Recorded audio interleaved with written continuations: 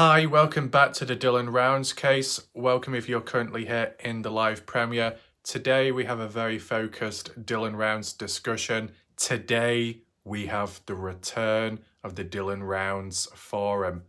Do people in the chat remember that? When we had to get through about 24, 23 pages and it lasted for months during the periods where it was very quiet and we were just simply looking back, catching up on things that were talked about in the past. I believe the website was called Crime Watchers. Let me know in the chat if you remember that forum, which we used to go through back then.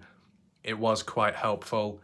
We continue today because there have been 2 more new pages added of new, more up-to-date discussions. We can see who shows up and maybe if people align with our thoughts, ideas and theories, okay? As well, we can take a look back an outside of the box video to do a Candice Cooley and some trucking interview from the past, a video on YouTube. And some of the comments are kind of interesting. Supposedly one of the comments is from an ex-worker that supposedly got screwed over by Candice Cooley. Is it 100% the truth? I don't know, but we'll check the comments anyway and make sense of them later.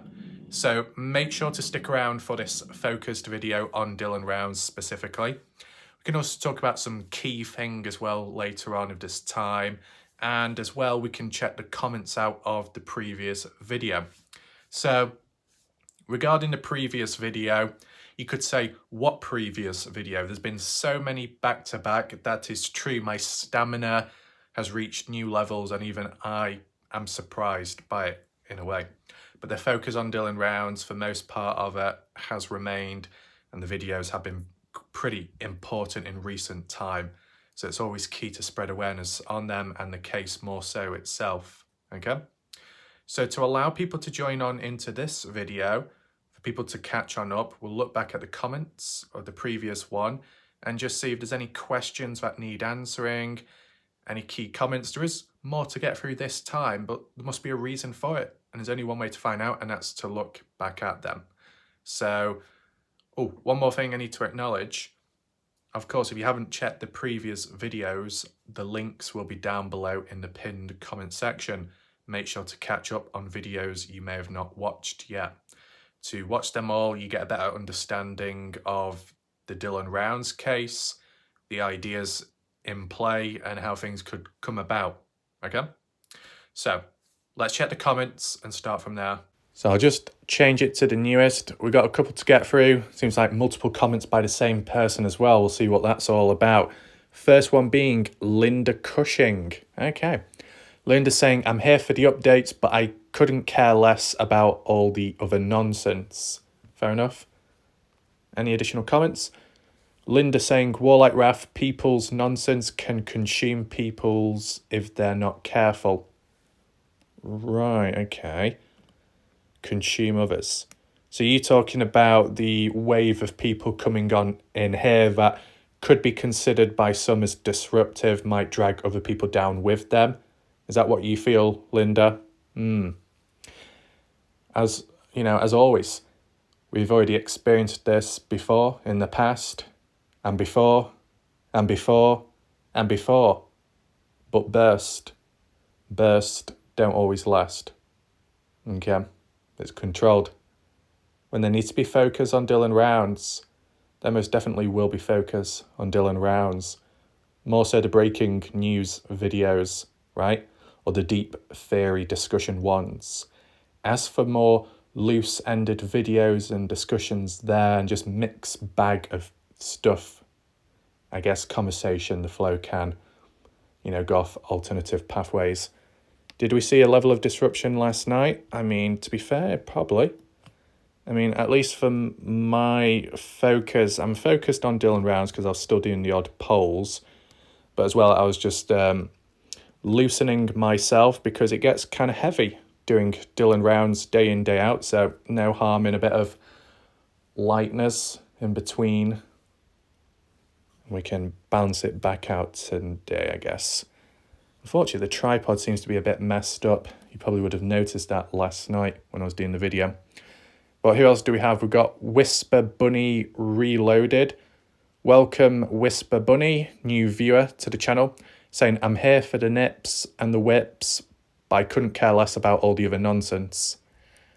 Right, so it's like the complete opposite of what Linda Cushing said. That's kind of weird, those comments being close together, but being opposites of one another. Interesting. Well, nonsense or not, you get a bit of everything here, okay? But when it's time for focus, whether it be focus on the nips, that will happen, or if it's serious focus on Dylan Rounds, that will happen. And I think what humans need to understand just in general, and that can apply to newer viewers over time who might not fully understand and might only see the first-hand impression of when there is a little bit of disruption, right? I've uploaded 319 videos on the Dylan Rounds case. I feel there's enough focus there for that many videos to come out in the first place. Okay, let's move on. Christy B, there were like 3 people last night caring for Dylan today in chat. All right, so today meant yesterday when she was commenting. So 3 people last night that only seemed to care about Dylan Rounds. Who are those 3 people? Well, I wasn't really... Well, one of them, obvious, Tom Evans, who's pretty much always focused, regardless of what goes on in chat. Tom Evans does well putting up with the craziness at times, but he doesn't like act as a roadblock, so that's good of him. There's been times where he might have said, oh, I've acted out or I've behaved in a certain way which might not be that good.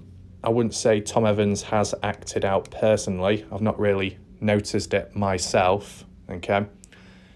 Considering Tom Evans has been able to put up with possible disruption over time, if he does act up, even if I haven't seen it, it's not the end of the world, right? There's no harm. What else do we have here? Let's just see the replies. Linda, Christy, I don't believe I'll be in chat anymore because it's not good. It's been a pleasure chatting with you. So it seems like some time now, whilst Linda has been putting up with some background issues with weird emails, that's been resolved. Linda has been hovering around the thoughts of walking away from the chat, just the chat itself, with time, possibly mainly because of this disruption. As said, it's only in burst, but one does what one needs to do to be able to focus more on the video itself rather than the chat. That's also very possible. For the people that may not want to engage in the live chat and just watch the video without being distracted by the chat box on the right, all you have to do is when watching the video, click full screen and then the chat will disappear. It won't be on screen. And then you can just look at my face or whatever that's on screen, okay? And if you don't want to look at my face, then you can just have the video playing in the background if you've got another tab open, if you're getting on with other stuff. So there's always ways around it. Should we do a poll? We'll do a bit of a controversial poll right now. The poll can be, are the levels of disruption in the chat very bad at the moment or not? Feel free to vote. Yes, very bad. Kind of annoying. Not at all. It's fun. And then the other one is, I don't know, or I don't care. Something like that. Andrew Culver saying, hope you're okay, Linda. I've been missing in action, so not sure what's happened, but you've been here since day one and are part of the furniture. You can't leave. Part of the furniture. Her cushion, I guess. Linda, everyone new is not there to figure out what happened to Dylan. I'm not leaving, just not chatting for a while. Now, as for people I know of who've tried to make sense of the case, maybe not day in, day out, 24/7, Watch of Crazy has talked about the Dylan Rounds case possibilities if questions have been asked. Guidance, of course. Anyone else? I think Dale might have very briefly. As for the others, I don't know, because I can't keep track of every single comment or remember every single thing. But, if there's anyone watching right now that has seen others engage in the chat to do with Dylan Rounds, feel free to, mention the names below. Now, what we can do is today, it could be a demonstration itself, a natural exercise of who's focused, who isn't, maybe, because this video is literally all about Dylan Rounds, right? What else do we have here? Andrew Culver, fair call. Hopefully this all comes to an end soon. Now, how do you balance it out in all fairness? So you could say it's a wave of new people because it's more than one. You could say that there is a level of disruption. As in my mind, in my experience, I've come across it before and it has ironed out with time. Whether that be because people have just moved on or people have settled down in a way, if you want to call it that. I guess one thing to understand or acknowledge at least is there's been disruption in the past, if you want to put it on that slant, when it's come to a Dylan Rounds important video, and then we finished and then we've moved on to like a map thing, which is completely random all over the place, and people were messing about there, but it didn't seem to be a problem.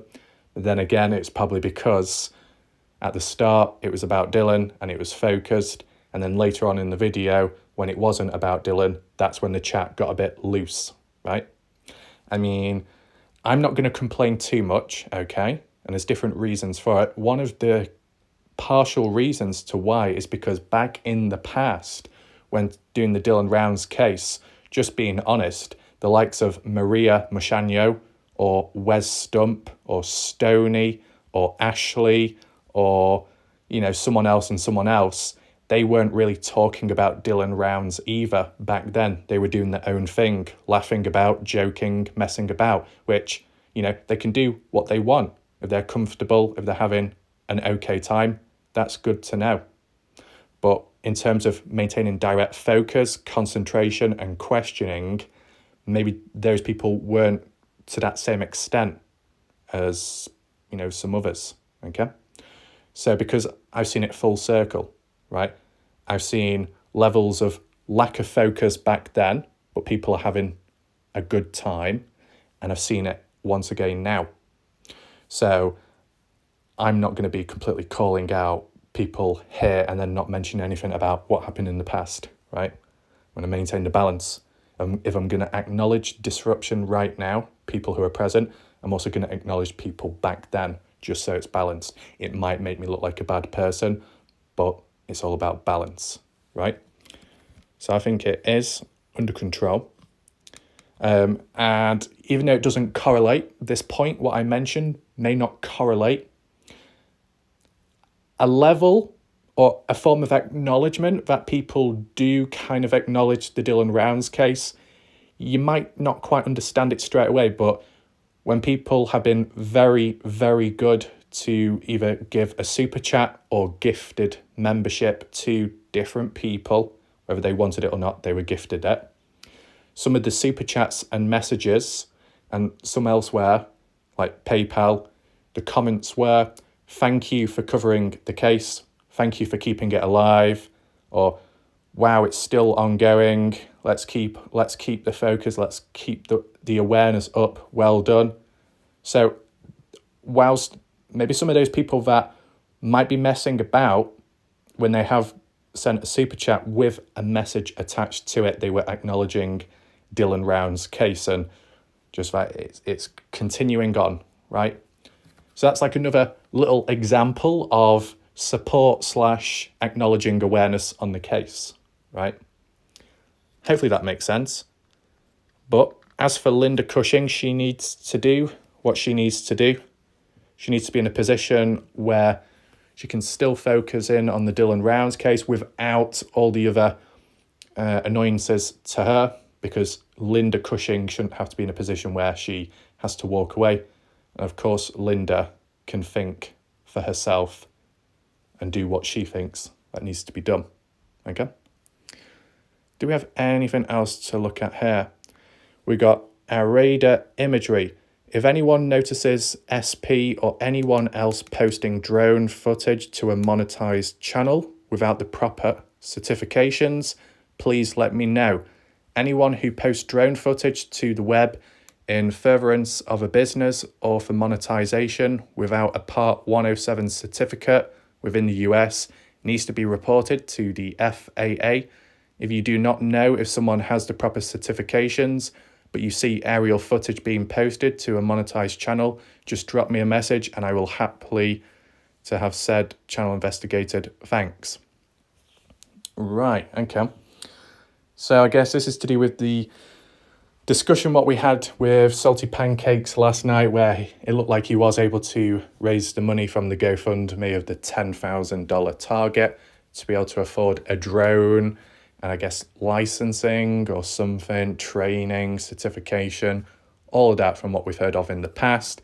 And our radar imagery is saying if anyone notices Pancakes or others posting footage to monetized channel without the proper certifications, then everyone needs to report back to our radar imagery.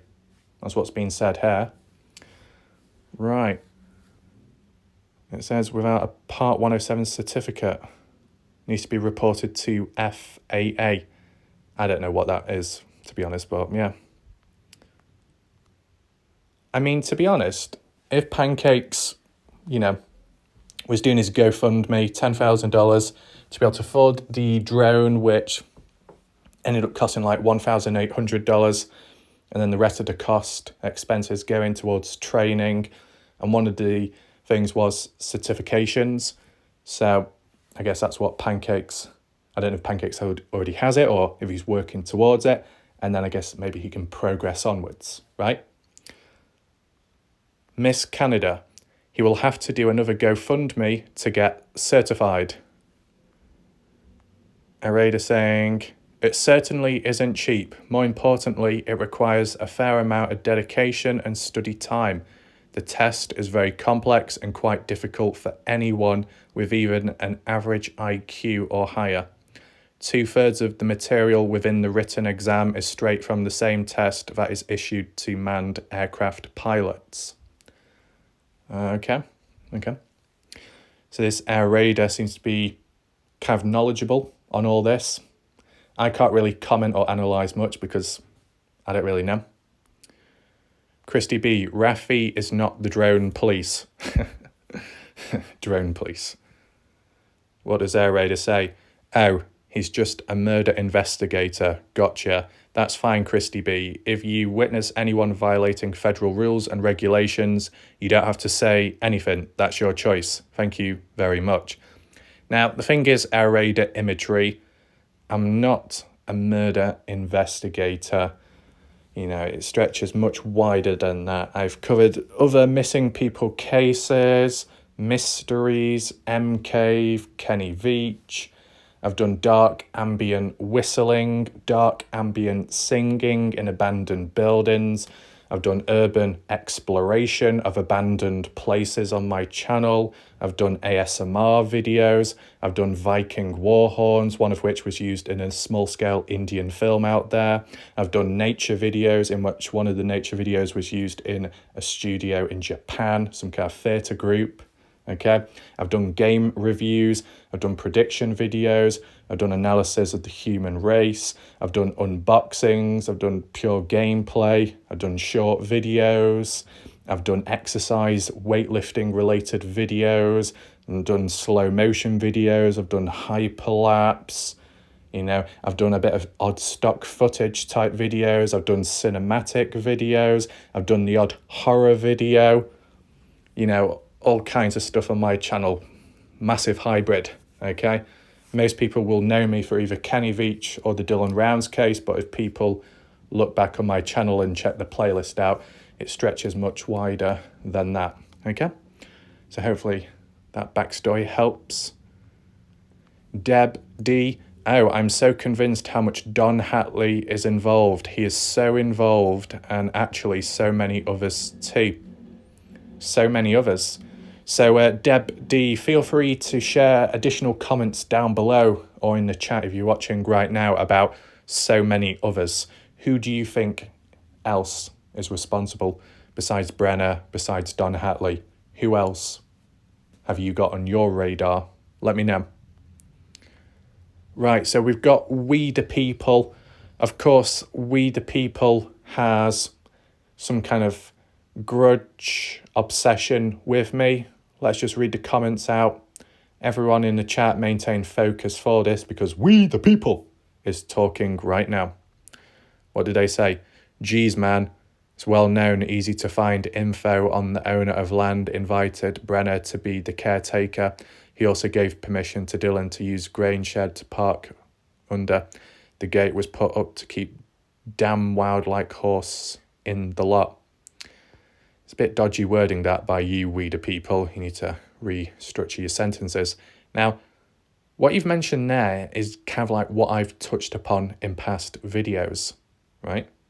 Now, if it's well known and easy to find information online, We the People, why do the official court documents by higher up authorities, people who should know what they're doing, get it wrong? Are these official court documents, the authority, the police who've conducted search warrants on the area, do they not know what they're doing? Have they not looked online? Genuine question, We the People. Do you feel that the police and the court or the courts are incompetent, that they're getting all this information wrong by labelling Brenner as a squatter when he's not? Let me know your thoughts, We the People, right? Simple as. Anything else? Was not squatting on this particular land. So it's very apparent you have not watched any of the different search videos because these are main concentrated areas of searching. It's definitely being kept a close eye on. If anything, the area near Don's house and trails leading to Don's house need searched proper. The cell phone was found where Brenner was on the way to the barbecue at Don's. This was when he transported a bunch of trash bags and was wearing Dylan's effing hat.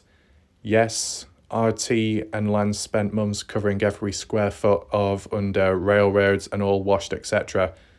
There's about a dozen tunnels under tracks in drain runoffs. Right, so you're saying it's very apparent that I haven't watched any of the different search videos. Okay. Because these are, okay, it's definitely being kept a close eye on. I mean, you could say that, but as I was saying in the previous video, certain areas that have been locked on, cleared up, ticked off the list. What happens if something appears there after? If items have been moved about, if animals have scavenged bones and then dropped them elsewhere or buried them elsewhere, or with the flash flooding right now, or what's been going on past few days, how it can disrupt locations. You need to acknowledge that as well.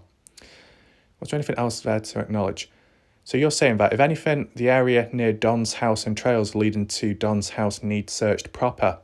Now, We the People, if you actually bothered to watch my past videos, which from the looks of it, it's apparent you have not watched most of my videos to understand. Way back then, I was already talking about Don's place, how it needs to be searched, why has no one gone down there, why can't a single person, even a local from the area or nearby, can't provide accurate coordinates. Not a single human in this entire case from start till now have been able to provide solid 100% confident coordinates. Not a single human has been able to provide that. And yet, a few months ago, me and the assistance of another individual that matched it with a photo, were able to get definitive, accurate 100% coordinates of a key area in the wash, which the helicopters, when they did the flyby over June the 5th, were present at. I seem to be the only channel that's provided coordinates publicly. What about other people? Maybe some do it roughly, but it's not always that clear or easy to find, right? So We the People, you really need to fix your mindset, your thought process, because you're severely failing in certain areas, At times, we the people, I can try and help you, tell you about some of the findings or stuff, but I can't, you have to learn it yourself, right? Anything else here?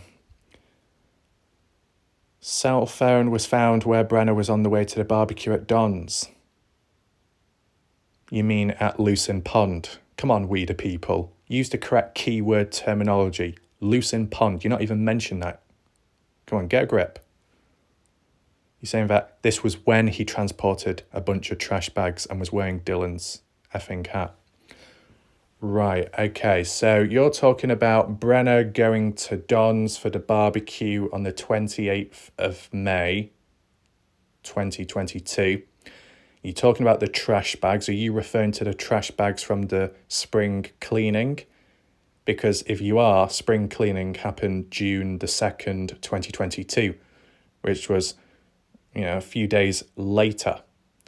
So I don't know how Brenner was able to go in time, fast forward in time, like a time traveller, to get those bags and then go back in time and then take them to Don's on the same day Dylan was taken out, right? Now, we the people, you're talking about some form of trash bags being taken up that way. How do you know? Where did you hear it from? Do you have proof about trash bags being taken up that way or being dropped off, dumped nearby? We the people suddenly start going to go on about the bag of bones or something like that? Focus all on that? And you say that he was wearing Dylan's hat. How do you know that Brenner was wearing Dylan's hat? Did you see photos of him? Were you face-to-face in Lucin at the time when you confronted Brenner, we the people? If so, maybe you need to report that to the police and not on here with one's big mouth. You understand?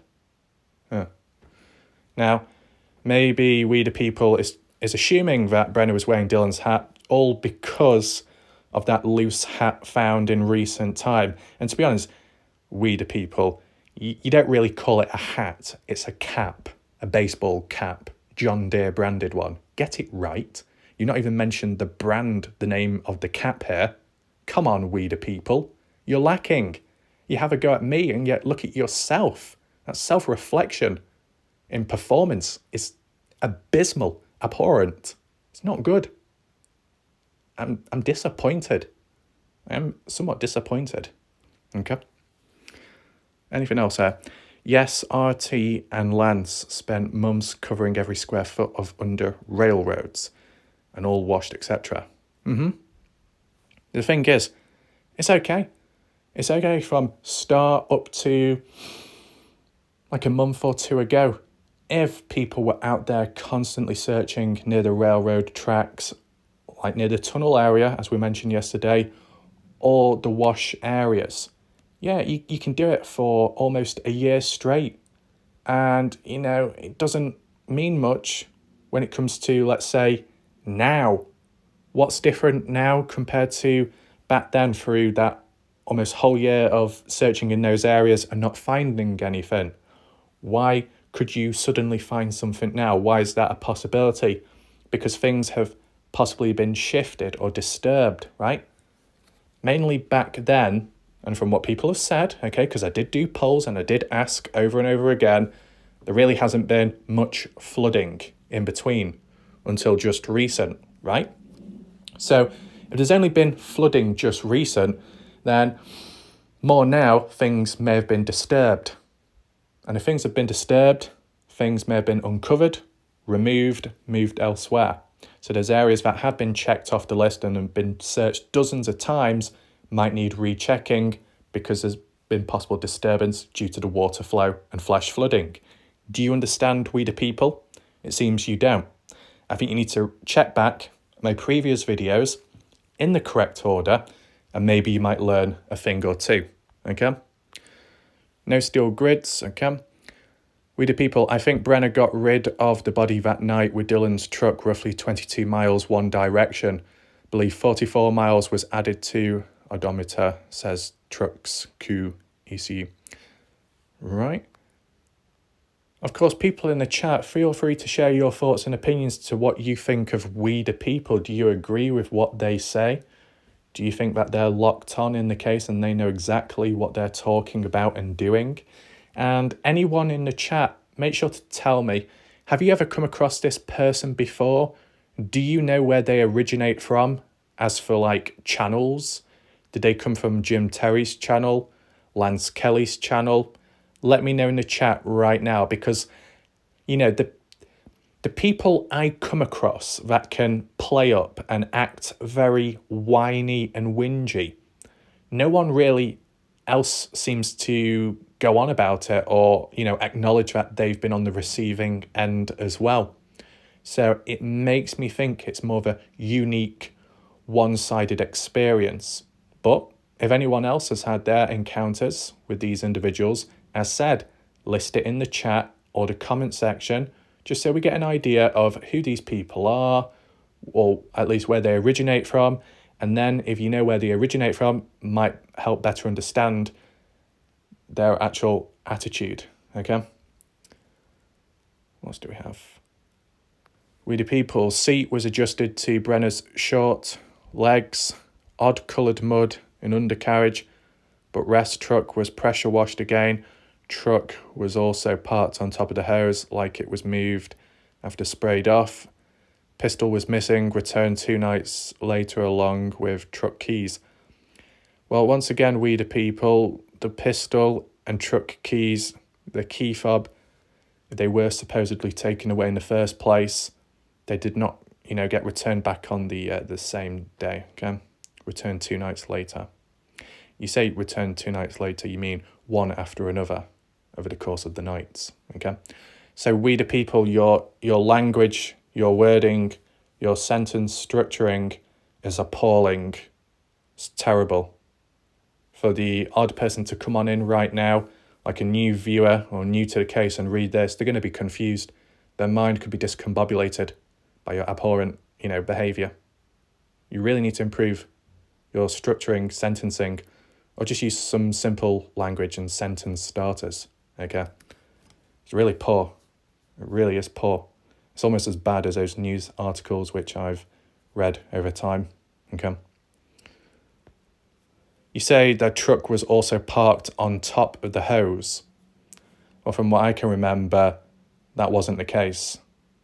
The pipe was very close to the tyres, but not, you know, on top of. Who else do we have? We've got Danny. Very, very good profile picture as of talking right now with that orangutan, saying that affidavit of probable cause gives Don Hately's address as 7,000 Pilot Mountain Road. Does that match the location pointed out by Lance Kelly and Ty Corbin in their respective videos? In brackets, hint, no. So I assume Danny has already searched himself. Me personally, I've not checked it out yet because, you know, been busy with all the other videos, but maybe later on today or whenever, search it up, just see where it points to. And then if it points to a particular place which has already been covered, then we can just revisit it. If it's a new location, we can do a little focus video on that, okay? You know, it feels as if over time in the case, when people have gone out there pointing out locations, spots or areas, and they've got it wrong and have made mistakes here and there, the leniency is present because you can use the factor of, well, at least they're out there trying to search for Dylan. What are you doing besides complaining? That's one of the lines people do use. So, yeah, you can say that. But then I guess a counterpoint you could also throw in is, yeah, they are out there, true. Are they kind of local? Yeah. So technically they should have a bit more knowledge than people who are much further away. Yeah. But they still make the odd few mistakes. Now, as long as humans, you know, for most part of it at least, or at least try, if they can, to clear up the odd mistake or just provide an update, just a simple update, then that's perfectly fine. Do people always do that? I don't know.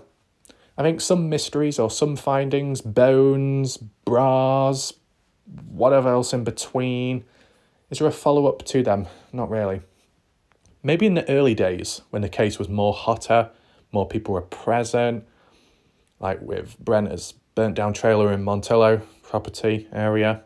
That was followed up, that was documented and done quite well by Lance Kelly. Did it drop off after that? I don't know. Might have been the odd finding, which kind of was a dead end, and then a few more findings which weren't even really updated on. I guess it depends how you look at it, right? I think I'd say for each community or each channel out there, they have their set of hardline fans who are delusional, who are robotic, okay? And then the other people can think a bit more for themselves. But I do feel that with most channels out there, you do have a set of delusional people. Yes, men, yes, women, right? And they are problematic. They do lack reasoning ability. And we have seen some of them infiltrate onto my channel, right? If you think about it, just imagine if there was like live call-ins and panels, just imagine how much disruption would be there. So referring back to Linda Cushing, there might be levels of disruption, but just imagine how much worse it would be if it was a live call-in panel. You know, it wouldn't be one of those situations where you can like walk away from the chat and focus on the video, because the video itself would be as bad as the chat. So then there'd be no choice but to just walk away as a whole. So that is the key critical difference here, which kind of like reduces the problems which other channels haven't been able to fix because they've got different foundations. Okay. Glenn, going to be out of town for about a month. I will have to catch up in the evenings. Okay, that's fine. Jacqueline, no, I've not seen an interview with Cooley on. No, thanks. Thanks for responding. He's very busy covering summer wells. Yeah. I heard that supposedly when Doug was covering summer wells, it led to him receiving a strike or something from one of the family's members. I don't know if that's even true, but maybe things can get messy at times, right? Cleo, 0 words. Guess what I'm doing? Yes, still erasing footage. Right. Okay, whatever that means. Is that it for the comments? There we go. So we've got a little bit of resistance. We've got a few back-to-back comments. I guess the positive is with We the People must have listened to my recent video about more comments help spread awareness on the case. So I guess We the People has took that into mind. So that's good of them in some way. Yeah. There we go. I think it's now time to move on. So what we're going to move on to now is that Dylan Rounds forum, the one what we looked at way back in the past and spent a few months, catching up on it. I think we read it a page at a time. It was for the best because it was kind of heavy in text and there was some long paragraphs which rivaled the likes of the Shack Lady and sometimes Indiana's comments. Quite long, to say the least, right? So there's about 2 new pages to get through. It does start from early 2023, so you get an idea of when we last looked at it. I believe the last time we looked at the forum was probably either November or December of 2022, and we've not looked at it since. So we're going to see the dates, months ranging back from the start of 2023 up to present day, right? So we can look back at the events, what we've seen, and kept up to date with, and see how people responded, if anyone added in additional key interesting information, right? So it's not too heavy or too full on. We'll just go through like 1 page or so. If it is shorter, then we'll use both pages. But if it's long, just the one for now, and then we can continue in a second video, right? I feel in the past, these type of videos, although the reading aspect was kind of, at times because of the length of them, you could treat it as just a basic video which was somewhat successful in being able to maintain focus in Dylan Rounds, start new discussions, things people never thought of before, right? And it was, maybe people won't agree with this wording, but it was a very good filler at a time where there was uncertainty and silence within the case. Being able to look at different aspects and elements during those times of silence. So the case was still kept alive and there were still things to talk about during a time of silence where maybe it was a bit easier and clearer to think without all the noise, right? So hopefully people are ready for that once again today, okay? Once we've looked through that page, I guess we can talk about these comments of Candice Cooley from the past, okay, on YouTube. I know some people would have seen it already, but others may have not. We can check that out, right? So is everyone ready to finally return back to Crime Watchers Forum of Dylan Rounds? Let's head on over right now. Here we are. As you see, it says November the 10th, 2022. And what we do is just scroll past that. And there we go. She who must not be named, February the 21st, 2023. So that article there, does it read underneath? It appears to. I guess we can read it because it's a part of this forum. Okay. So it says, Dylan Round's parents optimistic there will be a break in son's disappearance case soon. Parents, okay, disappeared 9 months ago, are optimistic. Chase Venstra, 41, James Brenner, 59, two men who interacted with Dylan in the days before he vanished were arrested in July for felony gun crimes in Utah. They've not been charged in connection to Dylan's disappearance. Take in mind, this is an old article, okay, before people get confused. This is an old article. Right. It says, but Dylan's parents believe Brenner, who was squatting on nearby property, knows what happened to their son. So once again, we are seeing that line.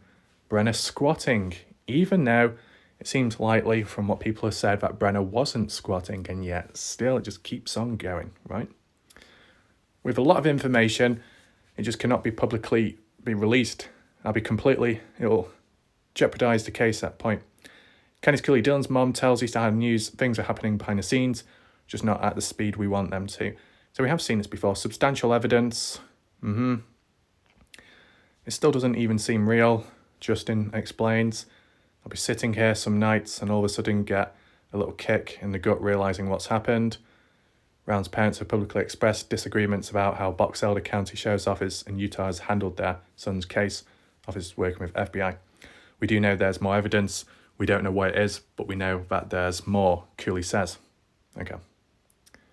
Now, from the last interview what we had in 2023, which was some weeks ago now, probably just after Dylan's anniversary, 1 year anniversary. So back in May 2023. And Candice Cooley didn't mention anything about we've got more information or evidence in the background, but we just can't talk about it yet. She didn't use that line as she normally does. And she didn't even say that they've got stuff that we don't know of at this moment. So it's kind of grinded to a bit of a halt in a way. The search continues, but as for new possible evidence, doesn't really seem to be the case. There might be a change ever since from then till now, but we've not had any interviews or confirmation. Besides that third party one of that supposed cap being found, which could belong to Dylan, right? Anyway, let's continue on. March the 3rd, 59-year-old James Brenner was charged Friday in the 1st District Court by Box Elder County Attorney's Office and was formally charged with aggravated murder, 1st-degree felony, and desecration of a human body, 3rd-degree felony. Okay. Yes, so March the 3rd was kind of like a breaking news point. It was like that big burst of things coming out and new developments as well. I believe it was around the time of that 27-second footage, hearing about that as well. What's that? Boom. I don't know what that means. March 4th, court documents reveal explosive information. Yeah, the 27-second footage of Brenner, that type of stuff. Okay. Brenner has violent history. Sounds like Brenner may have moved Dylan's body. DNA on Dylan's boot belonged to both Dylan and Brenner. Right. That needs to be reworded because that's poorly done. Okay.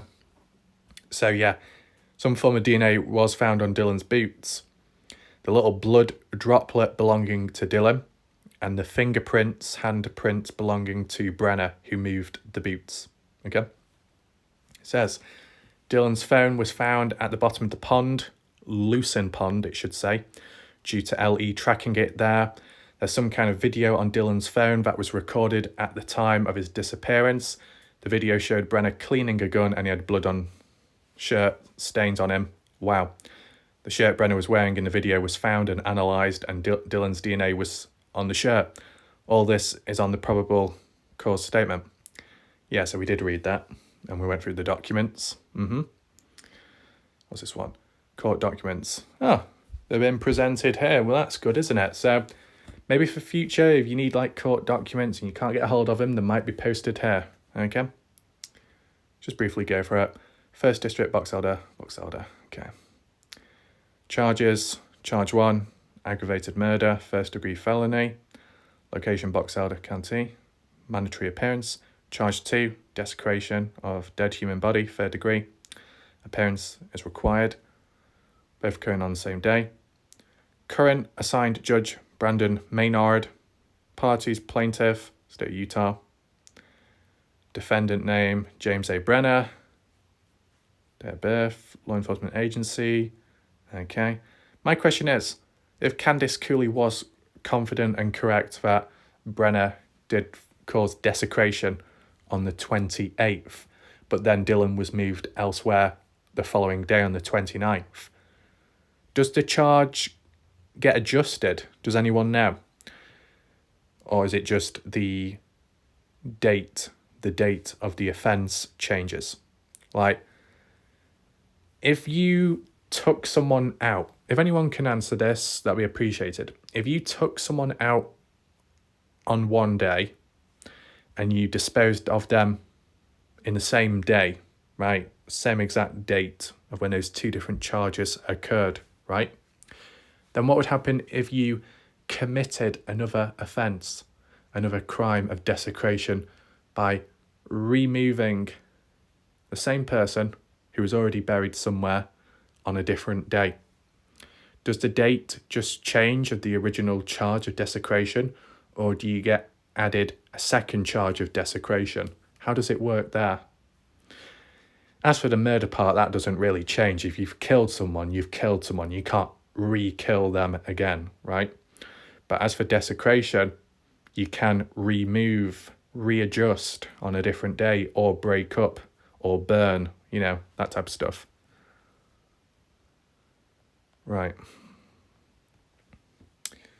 Brandon Maynard, we've heard that name, of course, mentioned in June 5th. Count 2, desecration, third degree felony in violation of Utah. That on May 28th, 2022, the defendant did intentionally and unlawfully disturb, move, remove, conceal, or destroy a dead human body or any part of it. So it is an umbrella term. This information is based on evidence obtained from Detective Zachary Richard Moore. We've heard that name before. Dated this 3rd of March. Right. Actual basis. 19-year-old victim was reported as missing person on or about May 30th, 2022. Sheriff's deputies, along with search and rescue crews, immediately got to work on efforts to locate the victim, but were unsuccessful. During the search, deputies discovered a pair of boots belonging to the victim nearby. One boot had a blood stain that DNA analysis confirmed belonged to the victim, in addition to DNA belonging to the defendant. There we go. The victim's phone records were also obtained, which showed movements on the day of his disappearance on a remote property in Lucin where defendant was squatting. It's mentioning squatting again. Phone data showed that the last signal from the victim's phone was at Lucin Pond, and a search of the pond led to the discovery of the victim's phone. A digital forensic download of the phone was conducted and led to the discovery of a time-lapse video with a timestamp taken at the time of the victim's disappearance. So the timestamp being 7:27 a.m. So it was before that when Dylan was taken out, within a 30-minute period. The video showed defendant with bloodstains on his arms and shirt as he was cleaning a gun. The shirt which defendant is wearing in the video was analysed and the victim's DNA was found on the shirt. Defendant was interviewed and made several claims that corroborated forensic evidence in addition to making numerous demonstrably false statements. Despite a thorough investigation and extensive search, the victim's body was not recovered due to defendant removing and concealing it. You see how it's worded there? Due to the defendant removing and concealing it. If it was just simply the defendant concealed Dylan's body, concealment, hiding the body, is a form of desecration. Removing is a form of desecration. Two separate forms of desecration. So if you're removing and concealing, depending on how you look at it, right, it can mean being moved about, buried from one spot to another, moved on. What else do we have here? What's this one? First Judicial District, James Brainerd, State of Utah, hereby summoned, count 1, criminal homicide, aggravated murder, desecration, ordered. You've been booked into jail on these charges to call to Buckside County Jail. Right. Take this summons with you to the jail. Proposed. Okay, so the whole thing's here, isn't it?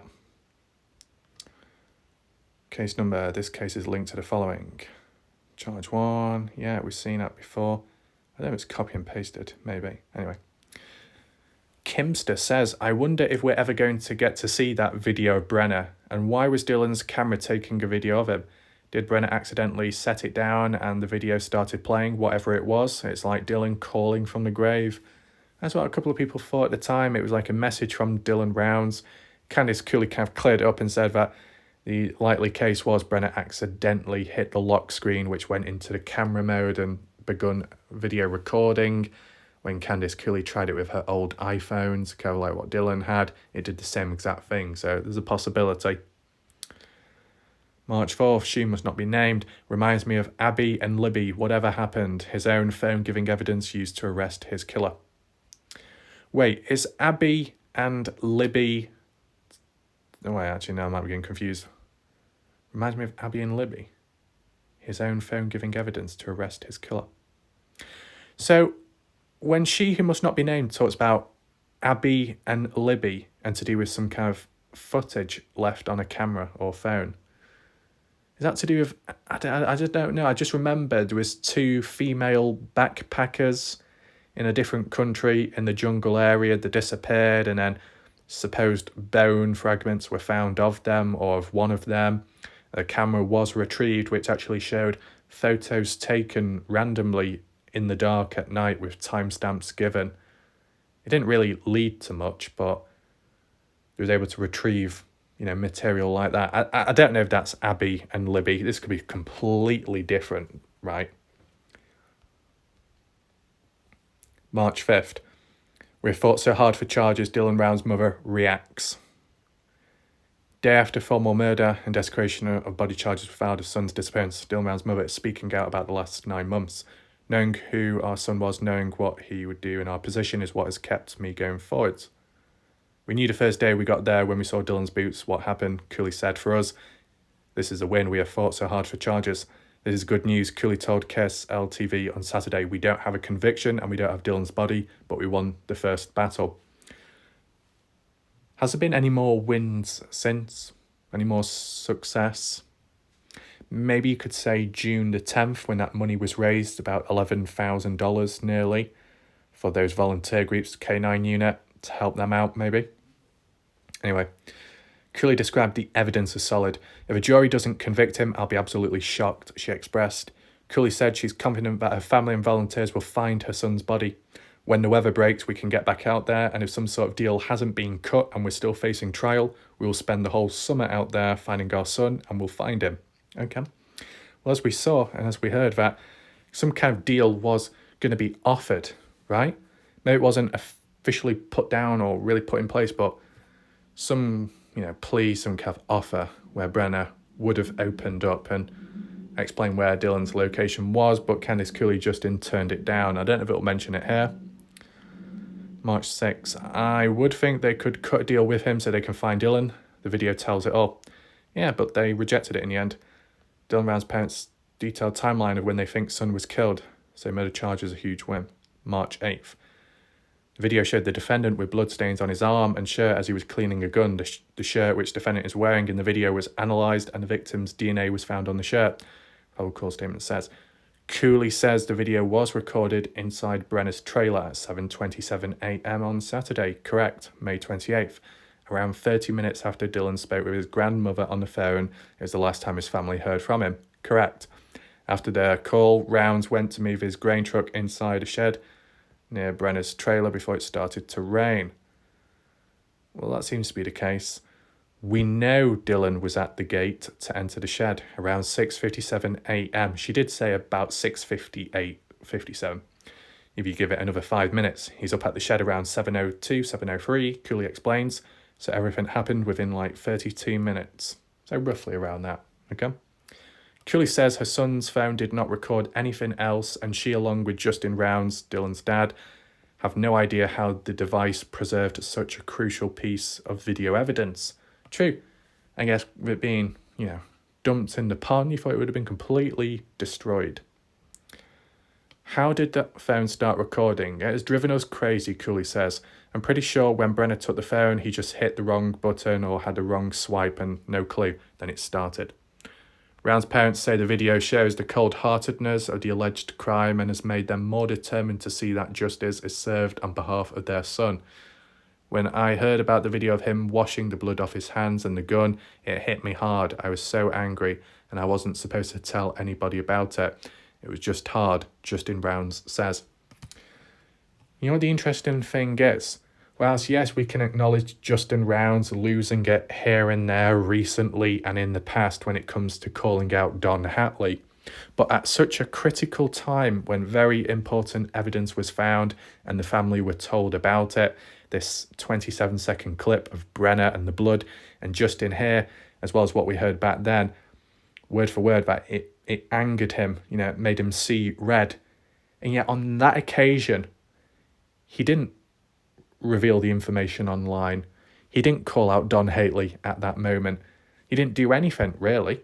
So, it goes to show that whilst we might have seen Justin lose his emotion at times and create these public posts, which have been later deleted, at a time like this where he would have been probably even more emotional and angry, he didn't act out or do anything silly or rash. So, he still has some form of control, right? Even if Candice Cooley doesn't always acknowledge that. Yeah.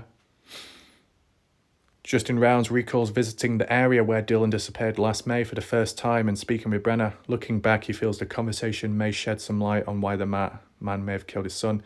When I got there, Brenner was talking about how Dylan backed into his horse gate. He was a little frustrated and I didn't think a whole lot about it at the time, but that could have been what set him off, the trigger, possibly. And the more I think about it, horse gate, backing into it. Why would you be backing in? Well, if you're reversing the grain truck in the shed. As we've seen with the grain shed, there appears to be a gate on the side. Whether it was stuck out a little bit, because we did see another part of gate on the other side propped up, which looked a bit bent and twisted. So Dylan likely reversed into that. And then maybe that's what set Brenner off. The noise of it, the damage caused, the recklessness. As we've heard, Brenner has been jealous and has called out Dylan in the past for being reckless with his equipment and how he handles stuff. So on that day, when Dylan demonstrated what Don Hatley says he dislikes about Dylan, it triggered him, right? That's one way of looking at it. March 9th, timeline. May 30th, so we are jumping ahead now. Published at 10:40, Nate is in East Idaho News. It's been 1 year since Dylan's vanished. Oh, okay, so we're getting to the anniversary part, aren't we? By Summer Breeze. This appears to be a new person coming on into this forum. So, they say Idaho Falls.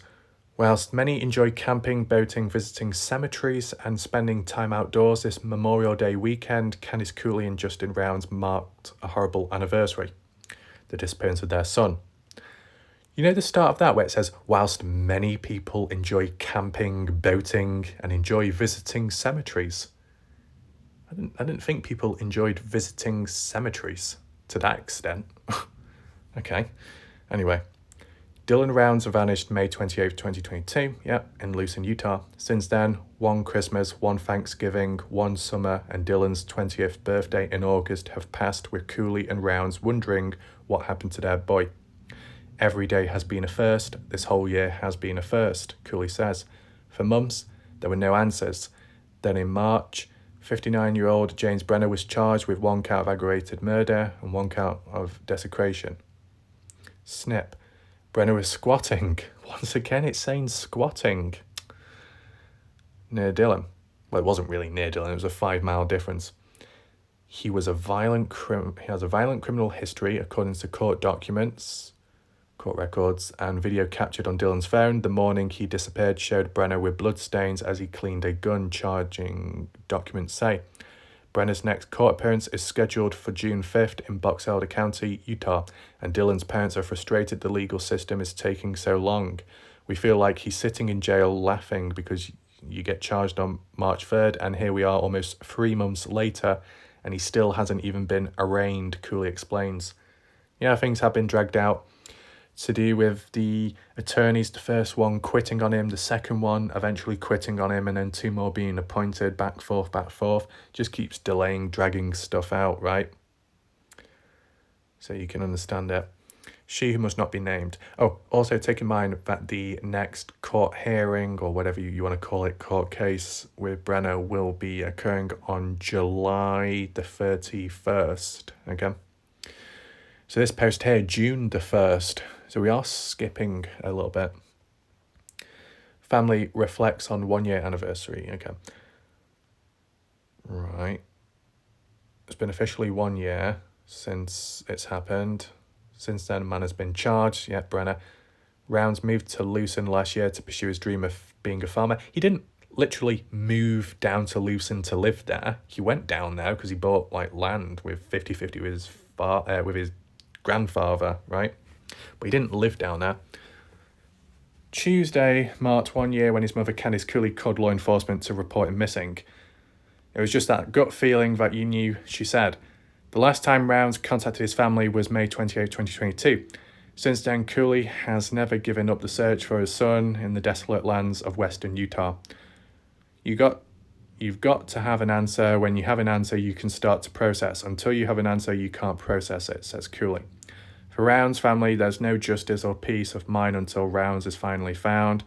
You don't want to do a memorial. You don't want to do anything until you have answers. So you just stay recluse and get through the weekend, and that's what all of us did. Said Cooley, it was easier to not deal with people. June 5th, Grandma Bear. Oh no. If you remember Grandma Bear, kind of like the shack lady with a lot of questions and long paragraphs. Okay?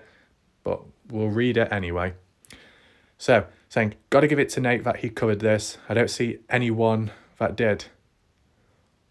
Well, Grandma Bear, if you're talking about pure interviews, I can understand that. But if you're talking about the case just in general, keeping it alive online on certain platforms, then Grandma Bear, you need to understand that there are channels out there. Okay? Anyway. What happened? Oh, what happened to Duty Ron, who had Mom on a lot, etc., for instance? I don't watch him no longer, so not sure. Does anyone know what's happened to Duty Ron? Anyone in the chat? Has Duty Ron covered the Dylan Rounds case since? Not really heard much about him, right? Grandma Bear says, not a lot of interesting, but for that very reason, it kind of is. This is the county, I guess, that Mom yelled about, but I give them this. They had cameras, unlike so many cases we see back down, or the judges think that they can seal all, etc., and keep cameras out. One thing I noted is that there is something federal here where the feds have an interest, and so scheduling had to consider that. I'm tired.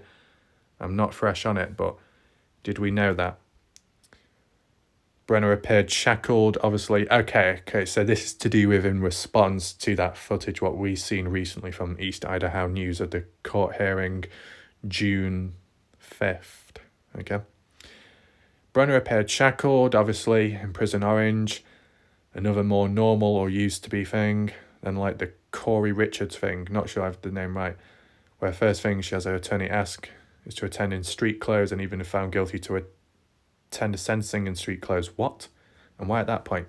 Again, it isn't full of any major things, but it's clearly a small county courthouse with county lawyers, and for that reason alone, it is short. I'd suggest watching it. Now, the other reason why it's short is because it was more to do with the attorney situation about appointing two attorneys or SEM and the implications of it and trying to work about it. It wasn't directly to do with the Dylan Rounds case or making a plea, because none of that did take place, right? Because they can't even get to that stage yet because it's sorting out the attorney stuff. And for as long as that drags on, you're not really going to be hearing the court talking about Dylan Rounds focused, right? Anything else here? As well, it was in Brigham City, that courthouse. The mum in this case, as we know, has come down on them pretty hard. Well, dad too, and here we get our first glimpse. I don't really have anything or positive or negative to say about this hearing. So yeah, there's Brenna, Weber County inmate.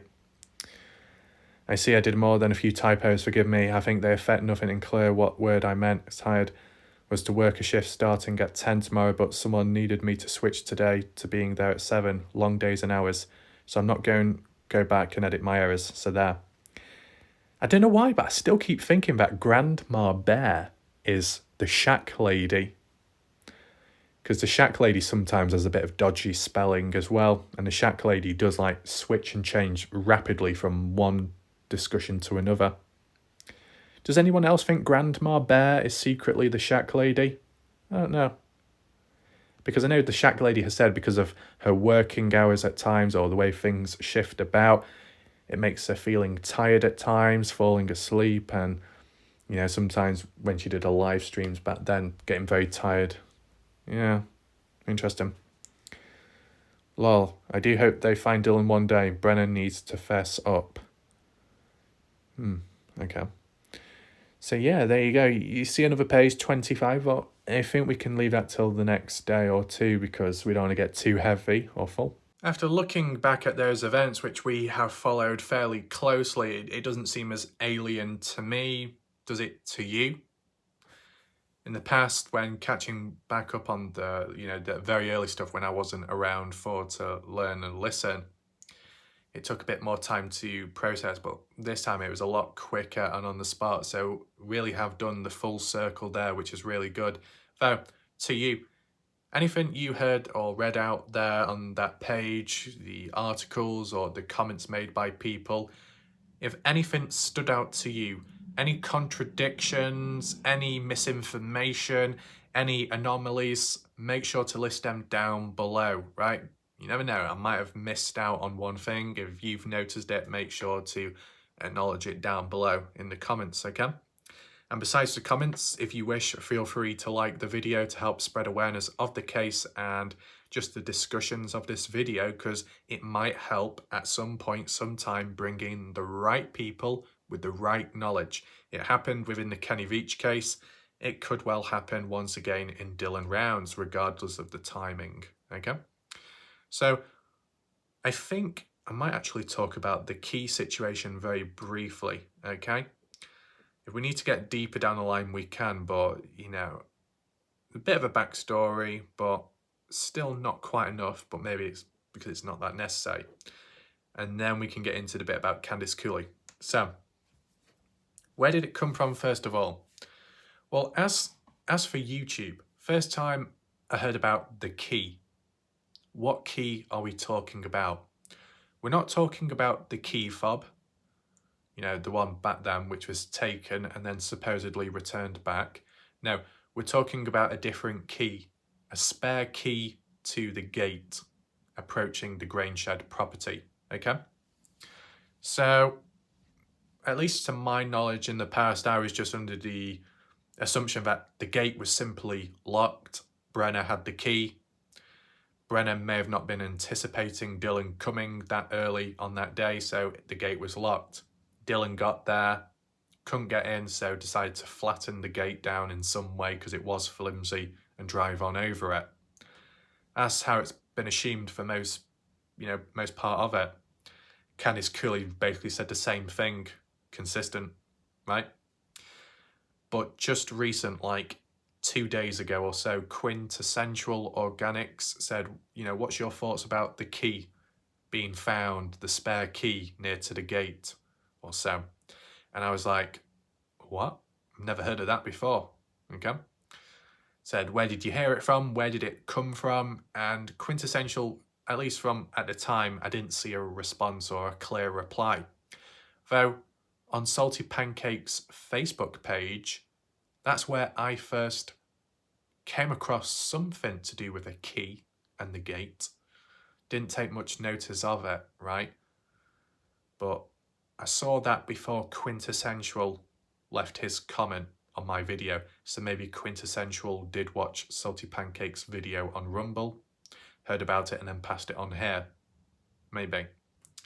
And then the odd person in the background, when they gave their response, like third party type style, the likes of Taylina said it was like found or talked about much earlier on in the case, that there was a spare key, that it was near the gate of the Grangeshed property, which would have meant that Dylan, when approaching the gate, found that spare key, use it to unlock the gate and drive on down without having to flatten anything. Okay. Does it change the whole story? Does it, if it really is true that, does it change it all? Not really. I guess one thing though, one question I do have is, and Candice Cooley must know to be able to recall on the timestamps in the first place. Okay, Dylan made a call to the grandmother Karen Rounds at 6:51 a.m. 28th of May 2022. Okay, and that was just telling the grandmother what he was going to do, park the grain truck in the grain shed, okay, and then call back after once it's done, fine. But Candice Cooley also said at 6:57 or 58 a.m, a few minutes later, Dylan then made a call to Brenna. Brenna did not answer the phone. Okay. Back then and up to kind of now, I was assuming that maybe Dylan made the call to Brenna to ask about the gate being locked. Could you unlock it? And because it was, because Brenna didn't answer the call, Dylan was like, what do I do? I'll have to flatten it myself, right?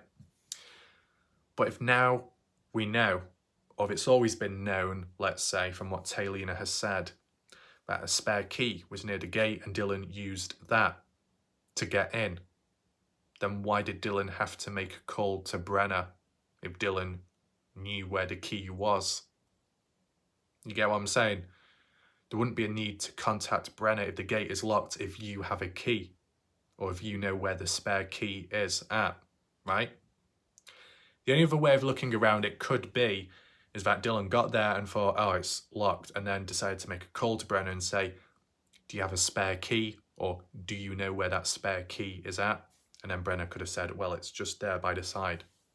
But obviously Brenna didn't answer, so it didn't really work out anyway. If it was based off that, then maybe Dylan put the phone down and started looking down at the ground and trying to rummage around to where possibly the key was at.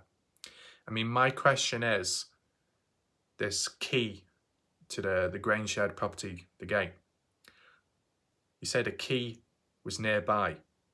Was it literally on the ground? Was it buried in the ground? Was it dangling on the post nearby? Was it in a container? Was it wrapped up?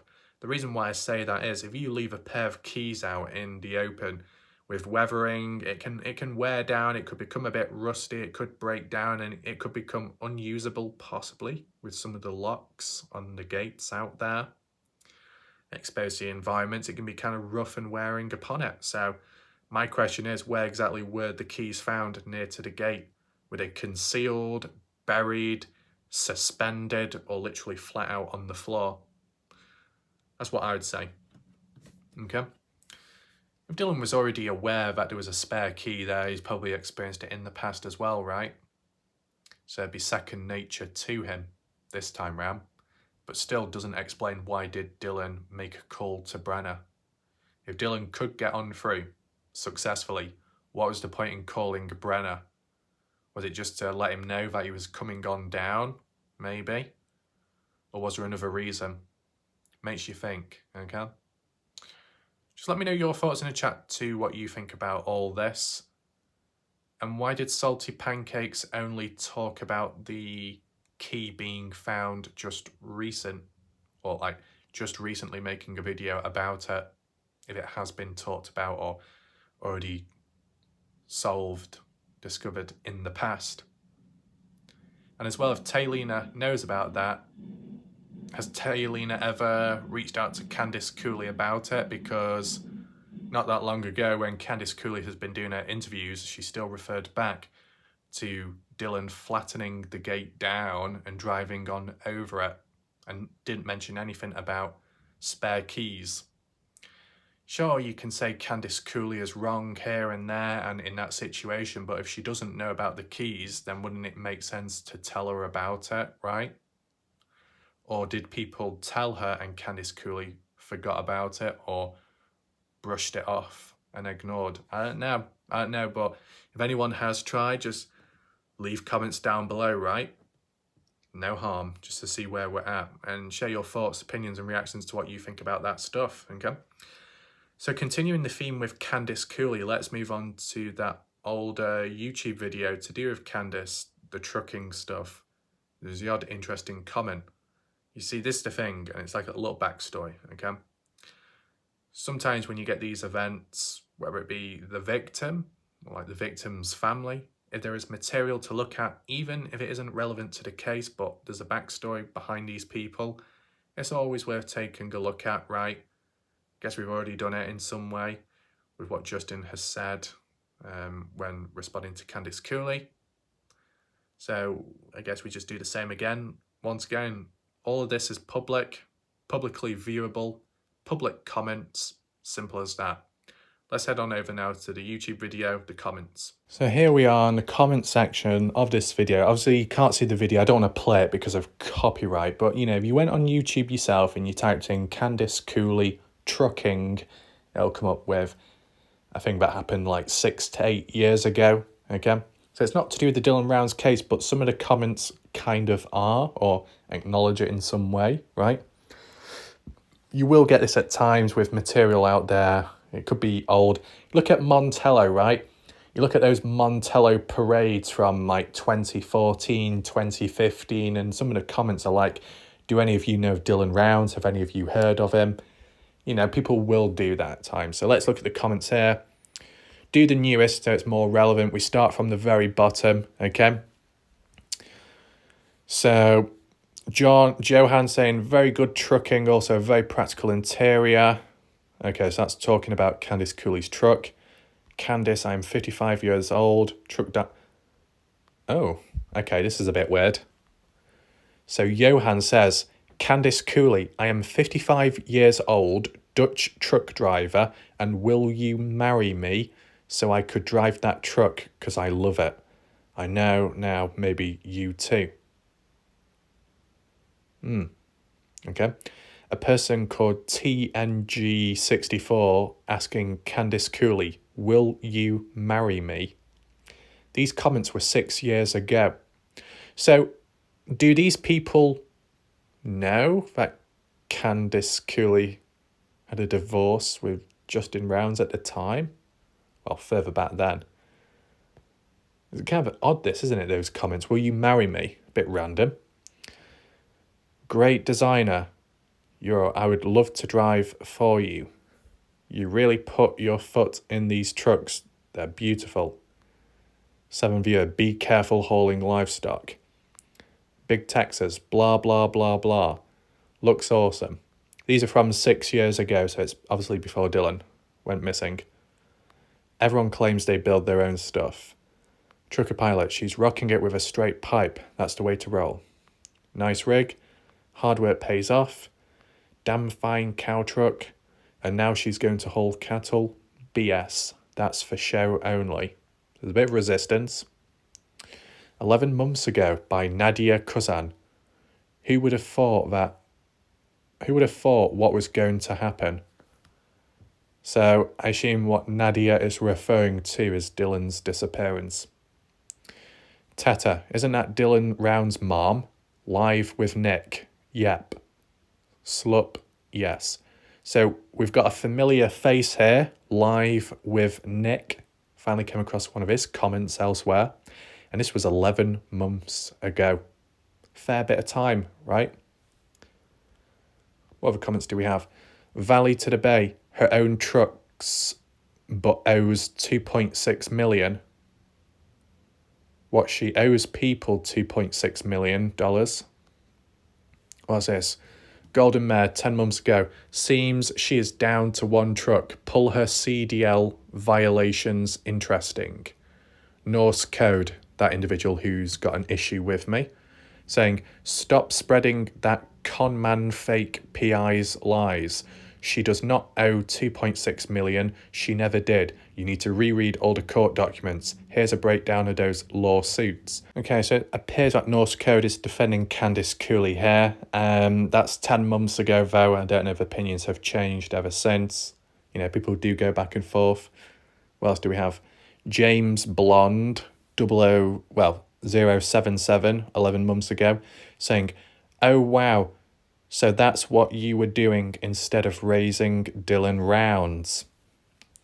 There seems to be quite a few negative comments towards Candice Cooley at this time, this stage, early on in the case. 8 replies. Tracy Burford, ditto that, I agree. Patricia, wow, so rude. Cando, damn. May you never have to experience what this mother is going through. Norse Code, stop spreading that imitation PI's lies. Justin Rounds, the father, has made it very clear him and Candice has joint custody. You would know this if you did your research instead of blindly believing a con man. Sorry to break it to you, but it's a lie concocted by a fake PI. So Norse Code here, 10 months ago, was calling out Jim Terry as a con man, and I guess has still remained consistent to that till this day. Sally, thumbs up. Lol, peeps need to get your facts straight. It's called joint custody. Candice's only problem was she was strict with her kids. Correct. Wait, are you saying that Candice Cooley was strict? I think, or have you spelt it different for another meaning? If you're saying that Candice Cooley was strict, it doesn't seem to be the case because she clearly allowed Dylan Rounds to go off to Lucen just like that. It was actually Justin Rounds that showed a little bit of resistance, a little bit of disappointment, but didn't want to control Dylan. Justin wanted Dylan to stick with him for a little bit just to learn the stuff and make progress there. But Dylan had his own mind. So we've got a few negative comments here calling out Candice Cooley that she owes people 2.6 million. But then again, Jim Terry was talking about owing money here and there, and people over time have said it was a load of BS and it was false. What else do we have there? Elaine L. Adley, 2016. Where were you, Candice? Do you really think people are buying your sob story of a mother of her son possibly being murdered with lots of money signs? 6 replies. Norse Code, what money is involved in Dylan's disappearance? The FBI has named James Adrian Brenner as the suspect. Stay in reality, not fantasy. Speak facts, not lies, created by a con man and fraud. There's a very heavy focus towards Jim Terry being called out. What about salty pancakes at times? There was a bit of disruptance and noise there as well, wasn't there? It wasn't just all Jim Terry, it was other people as well. Elaine, I made my comment to this video. I do not need approval from you. Norse Code, oh no, are you going to be okay? This is a public forum, Is it a forum? I wouldn't really say a forum. Norse Code, you're kind of incorrect about forum. You get a true forum, that's like what we looked at earlier today, where it's a literal website board, notice board, pinned comments, constant thread, evolving pages, add-ons, attachments, files, links to videos, photos, pics, etc. This here is not a forum, Norse Code. This here is a comment section of a video, and that is all. Okay? What else do we have here? You're commenting on Dylan's disappearance, which has nothing to do with this video. I don't need approval from you to this comment. This video doesn't really apply to the Dylan Rounds case, but it does apply to a Dylan Rounds family member, okay? Go play in heavy traffic. You go first. So that's literally talking about run into the road, get hit by cars, okay? Tinker, 11 months ago. Who is Candice Cooley, so-called mother that abandoned her children, then married her new-founded husband, a known drug dealer, now looking for her missing son? Who is she? Once again, we've got another wave of this. The bit about where it says the so-called mother that abandoned her children. It sounds kind of harsh, that to say, and yet not long ago when we looked at Justin Round's comment reposting a text conversation of him and Candice Cooley, Justin, I think in that one or in the second post, captioned it as, "Where have you been for the children?" ... something like that. Teta, aren't you Dylan Round's mom? Yes. Norse code, patron doesn't have an E at the end. Right. Feminine to patron? Nah, in Spanish it would be patrona, but I'm being pedantic. Patron, patrona. Good for you. FAA, so sad Candice could build great trucks yet could not raise her kids. Sad. Okay, she and Justin raised their children. There's this crazy thing called joint custody. Maybe you've heard of it. Justin Rounds cleared this up. Do you typically believe everything that comes out of a pathological felon fraud in con man's mouth? You look real stupid. Okay. Oh, and this is the latest one. So at least for most of these, the pattern is from 11 months ago. Way back at the start of the Dylan Rounds case. A time when Jim Terry was probably more vocal about the Dylan Rounds case because he kind of just came off from being sacked as the PI because Candice Cooley didn't agree with him, right? So Jim Terry was, I guess, frustrated by that and called Candice Cooley out, which then led to the drama in the early days, maybe calling it out on this and that. You see the comments here imitating or at least mirroring what Jim Terry said in the early days, right? So maybe these are some of his minions from back then that came on over to call Candice Cooley out, right? So you can say this is outdated and it may have well been cleared up with time and quite a bit of this is BS and a load of rubbish. But let's look at the latest comment, and this is only 2 weeks ago. So it's not really following the same bandwagon or trend because it's like a year on. It's a year on. Let's see what they say. Piece of Heaven Ranch. So this person says, Candice Cooley shut her trucking company down and didn't pay several people. Thousands of dollars she owes us, and we found out that she owes hundreds of thousands to other people. We worked with her and for her. She ran with the money, never answered calls, text, or registered mails. Very dishonest person. We are on the verge of bankruptcy after she ran away with over 10K of our money. But we are not the worst. So when you see a comment like this, it sounds pretty bad. It paints Candice Cooley in a very bad light and a bad picture. Is it the right time to? Is it appropriate timing? No, not at all. But the side question would be, is it true or is it BS? This person here from 2 weeks ago. Comments down here calling Candice Cooley out for numerous things, also to do with money. But you could say that just links to the trend and pattern with people maybe following like sheep in the early days and calling Candice Cooley out because Jim Terry said so, right? But this being 2 weeks ago, Piece of Heaven Ranch, under any influence of other channels out there? I don't know. Does this person watch Jim Terry or Salty Pancakes? If they're an independent person that doesn't know of those channels, then maybe what this person says could be more likely to be true. Depends how you look at it, right? I want to know your thoughts, though. People in the chat right now, what do you think about this? This person saying that they're on the verge of bankruptcy and Candice Cooley stole $10,000 of their money and has not returned it back. and that there were many other people out there that owned money too. If it was that problematic, all I would say is, and if it really is the case and it is true, why has no one took Candice Cooley to court then? Or followed her up? You know, if Candice Cooley appears on YouTube in the different interviews, she's very vocal as well in the videos and on like online post, why has no one really confronted her then? Or, I don't know, called the police or something? Would it not work? Is there no proof? You get what I'm saying? If all these people out there have been impacted financially negatively by Candice Cooley, have any of them followed it up with the police or authorities out there? Has anyone? You know?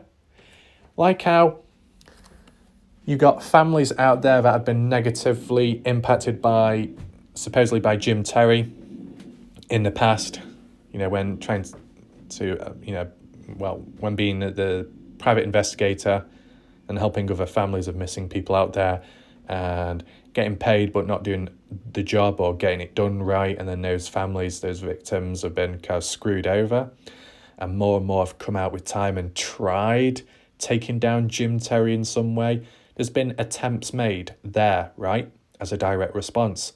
But has there been any attempts made by the people that supposedly got screwed over by Candice Cooley? Not really heard or seen much, right, besides the odd comment here. That's the thing. Either it's because it didn't actually happen and there's no evidence to prove it, or people don't have enough evidence. They've got something, their experience, but it's not enough. You know what I'm saying? I just want to know your thoughts in the chat. Yeah. So I do feel this video could get resistance just because of that one part looking at it, but you know, it is what it is. In the background, there was some discussions being talked about from the odd witness that watched Jim Terry's recent video somewhere, that Jim Terry is accusing me of stealing his material or something, with Justin Round's text conversation with Candice Cooley saying, oh, you shouldn't be, you know, using that, or you shouldn't have access to it. But, you know, it's public information at the time. You know, it was able to, you know, get a hold of and pass on. You know, I don't know what's going on there. I don't know what's going on there. I think some people are just getting a bit triggered in the background because certain coverage is being done, which in the mind to them is exclusive only to them and only they should know about it. But it's opened up public, which I guess some people don't want, so they have a bit of a hissy fit because they want it behind a paywall or something. I don't know. You get the idea. We did analyse it in the past that with certain people out there, they want to hold all the information and knowledge but not share it public. They want to lock it behind a paywall or they want all the people out there with information to pass it on to them and no one else, because it's almost like a competition. You remember the evolutionary competitiveness? Well, we have seen it with time, and I did predict it, okay? So it has taken place. Is there anything else to highlight? All I would say as a potential prediction, of course, because I'm really the only channel covering the Dylan Rounds case and the only channel to consistently cover it still to this day, a year on, I will obviously be a target, okay? I will be a target to resistance. I will be a target to the odd bit of defamation, slander, etc., impetuous behaviour, resistance, whininess. So just to show acknowledgement, people in the chat, be aware that there might be times of resistance, waves of people coming on in, mainly more in the comment section, right? The most whiniest of people, most of the time, excluding Mr. X, because he made his presence known in the chat and it was very noticeable. Even though it was in text, I could hear the voice screeching, okay? But most of the people that have shown resistance have left a comment after the video, the live video premiere has ended. What does that say? So just be on the lookout for whingy, whiny individuals. There might be a slight influx in recent time. It is what it is. We just focus on Dylan Round's case. See what happens next. Hopefully you found this video somewhat interesting, that you were able to focus more this time. Maybe some new ideas have been generated from this video, and maybe we can go from here on and continue. We'll just see what happens, what's around the corner. You never know, okay? If you do have any additional comments, additional points, information, whatever, make sure to leave comments down below. Feel free to share and like the video to spread awareness. And yeah, we'll leave it there for now. Thanks for watching. Thanks for being patient. Goodbye and good night for now.